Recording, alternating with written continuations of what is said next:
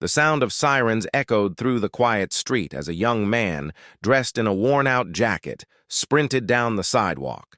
His breath was ragged, his heart racing. He could feel the eyes on him, eyes full of judgment, hatred, and fear. No matter how fast he ran, it was never fast enough to outrun the weight of the world on his shoulders.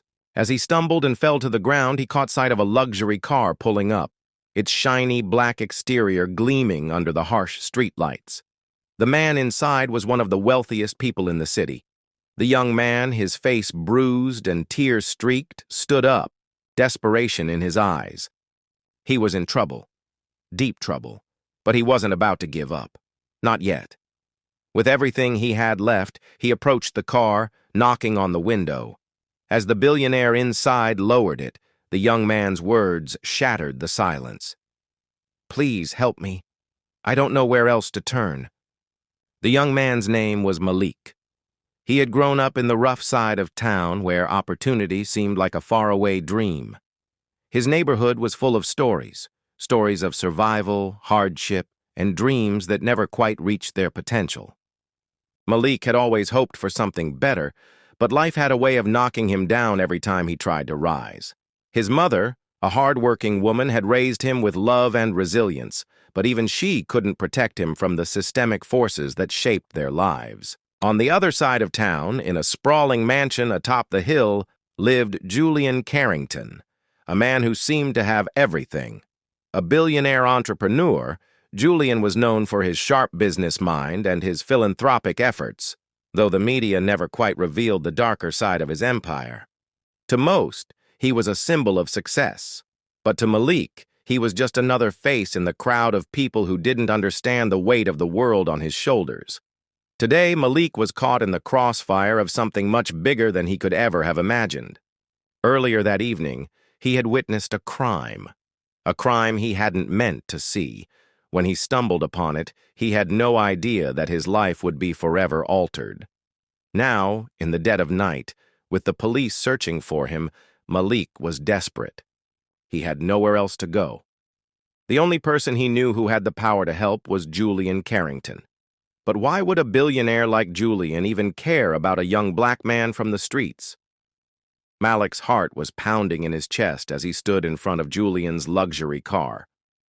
The rich man inside, dressed in a tailored suit that looked as if it had been stitched by the hands of the finest designers in the world, stared at him through the tinted window. There was a coldness in Julian's eyes, an emotionless gaze that seemed to look right past him as if Malik were just another fleeting figure in the grand scheme of things. But Malik couldn't afford to be ignored. "I need help," Malik repeated, his voice shaky, but laced with desperation. "Please, they're coming after me. I saw something and now they're saying I did it." Julian's expression didn't change. His window slid back up with a soft metallic click, but Malik could still see his shadow through the glass. "Get away from my car." Julian's voice cut through the night, sharp and disinterested. "I don't know you. I don't help people like you." The words stung like a slap to the face, but Malik stood his ground. "I didn't do anything wrong," Malik shouted, his voice trembling now. "I was just in the wrong place at the wrong time, but you're the only one who can help me." Julian's gaze remained cold, unmoved. "You people always want handouts. You don't realize how much you're asking for." The words were like daggers. They pierced Malik's soul, but he refused to back down. Not this time. "Please," Malik said, his voice quieter now, almost a whisper. "I'm just trying to survive. I'm just trying to make it out alive." For a long moment, there was silence. The only sound was the hum of the car's engine. Malik's mind raced. His thoughts were a blur of fear and uncertainty. He had nowhere else to go, no one else to turn to. Julian rolled down his window again, this time just a crack. His face softened slightly, but it was still full of that indifference, that cold detachment. "All right," Julian said, his tone almost bored. "I'll make a call. But you'd better be gone by morning, or I'll have you thrown out of here." Malik couldn't believe what he was hearing. Julian wasn't offering salvation.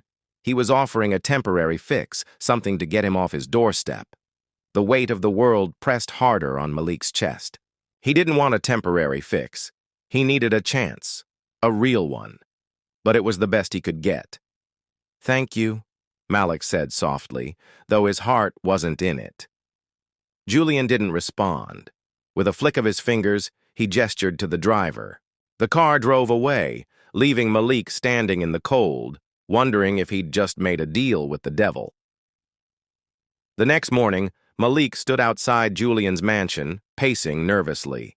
He had barely slept the night before, his mind racing with thoughts of what was coming. The streets had started to fill with people going about their day, but Malik felt like an outsider, an intruder in a world that wasn't meant for him. He was waiting for Julian's call. As the sun climbed higher in the sky, Malik's phone buzzed. It was a message from Julian. "Come by the office. We need to talk." Malik's heart skipped a beat. This could be the break he had been waiting for, or it could be the final blow. He made his way to the address, his legs heavy with uncertainty. When he arrived, Julian was waiting for him in a sleek, modern office with glass walls and polished floors. The space was sterile, cold, and full of the quiet hum of the city below. Julian's presence was commanding, his aura one of control. He looked like a man who had always been in charge, a man who had never known fear. "You got my message?" Julian said without looking up from his desk. "I called in a favor. You'll be out of the country in a few hours." Malik's throat tightened. "Out of the country? I didn't—" "Do you want this problem to disappear or not?" Julian interrupted, his voice cold but calculating. "I've made the arrangements. You'll leave everything behind. No more trouble. No more risk." Malik stood frozen, his mind spinning. Was this what he had been hoping for? An escape, or just a way to bury the problem and move on? But he knew that this wasn't a solution. It was an escape. An escape for Julian, not for him. "I didn't ask for this," Malik said, his voice shaking now. "I just wanted to clear my name. I didn't want to run away from my life." Julian finally looked up, his expression almost bored. "You think the world cares about your name, Malik? You think anyone cares about the truth? The system doesn't work that way. You have two choices: run or face the consequences." The words hung in the air, heavy with the weight of truth. Malik's chest tightened as he realized the bitter reality of his situation. It wasn't just about him anymore. It was about survival, but it felt like a cruel joke. Just as he opened his mouth to respond, the door to the office slammed open. Malik turned to see a group of uniformed officers step into the room, their presence undeniable. His heart dropped. "We have a warrant." "For his arrest?" one of them said, looking straight at Malik.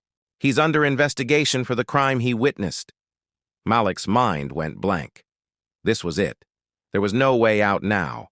But just as quickly as the officers arrived, Julian stood up, his calm demeanor shifting. He walked over to Malik, his face suddenly grave. "Go," Julian whispered, his voice barely audible. "Don't let them catch you." In a flash, Julian pressed something into Malik's hand, a small keycard. "There's a back exit. Go now." Malik's breath caught in his throat. This wasn't just help. This was a chance at redemption. But it came at a cost, a price he wasn't sure he was willing to pay.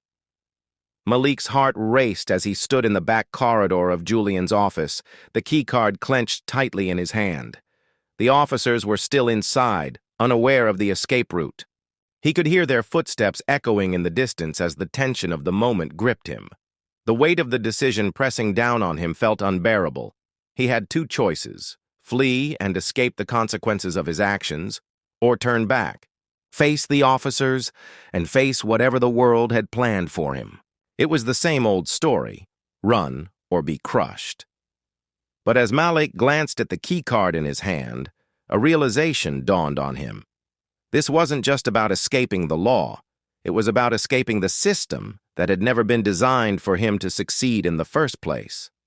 The system that had told him he was nothing, that no matter how hard he tried, he would always be seen as less than.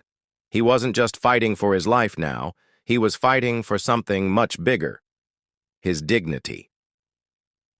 With a deep breath, Malik shoved the keycard into his pocket and walked towards the door. The officers would eventually find him, but he wasn't going to run. He wasn't going to let fear define him any longer. He turned back, one last time, to look at the office behind him, the cold, sterile space that had once offered him a glimmer of hope. But now, it felt like a trap, a reminder of the people who thought they could solve problems by throwing money at them. Julian had offered him a chance, but it was one that came with strings attached. It was an offer to disappear, to erase his struggle for a life that had meaning. As Malik stepped into the cold, early morning air, his mind raced. He knew the road ahead would be difficult. There was no easy answer, no simple way to fix what was broken.